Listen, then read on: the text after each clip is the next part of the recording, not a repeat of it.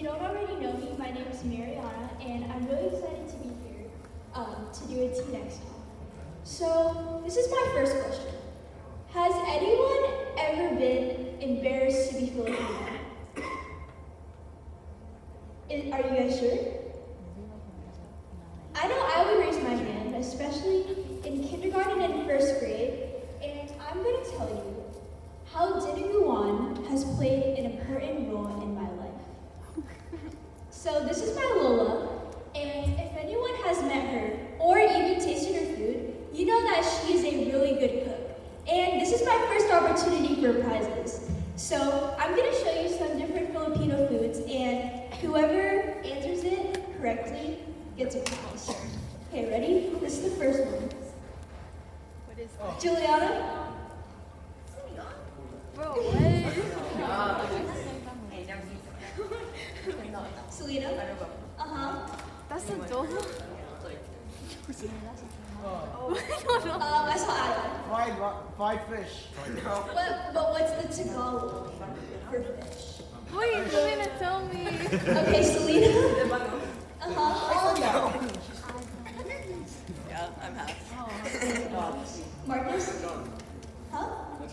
Uh-huh. And then the last one. Robert. Good job. Okay. So these were the types of lunches or even meals that my Lola would cook for me. But the sad part about it is when I was in about kindergarten or first grade, my Lola would always cook these type of lunches for me, and no one made fun of me, no one was teasing me, but my self-consciousness thought that people were going to start making fun of me because of the food that I was eating. So, unfortunately, what I did is I would throw away my food, I would get in the lunch line, and I would get the lunch from the lunch line because I wanted to fit in with everyone else and I wanted to eat what they were eating. But over the years, I started joining groups of people that are Filipino just like me. For example, when I was 5 years old, I joined in Kambata and met some of my best friends. And then eventually I moved on to PPAC, where I got to learn about my culture and its history at the same time.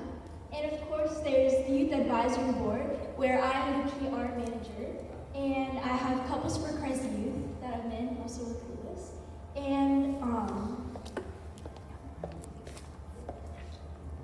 but what I realized about the PCFI is that it wasn't only made just for future generations, but it was also made so that we could share our culture with other cultures that aren't Filipino.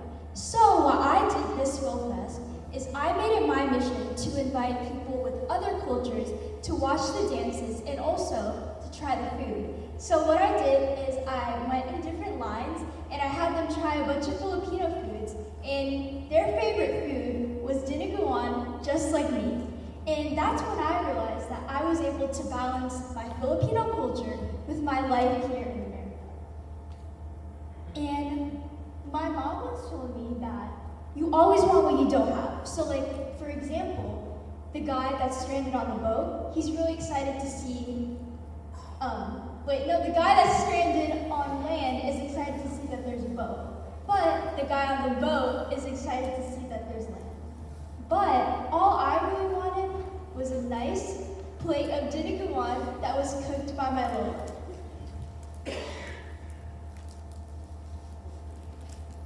Of course, if you're Filipino, like you're in America, but you're born and raised as a Filipino, there's some traditions that you learn. So for example, one of the first traditions that I learned was malangpo. But what are some other traditions that we learn in a Filipino household for a prize?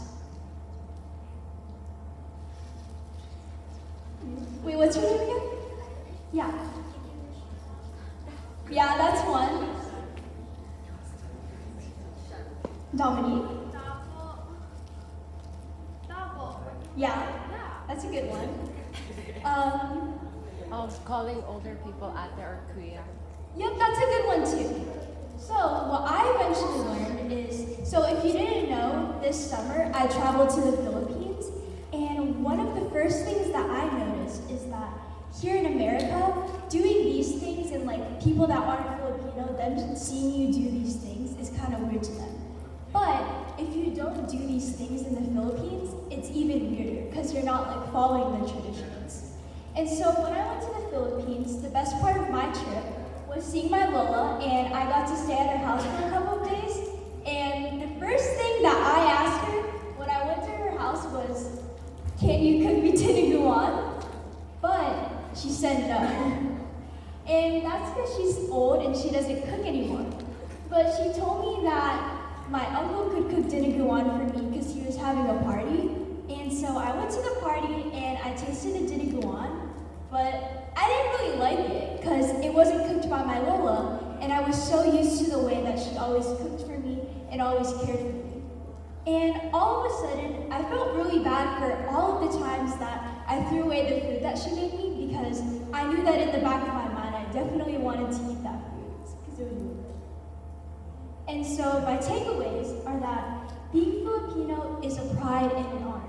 And it's so important to embrace your culture with your life here in America because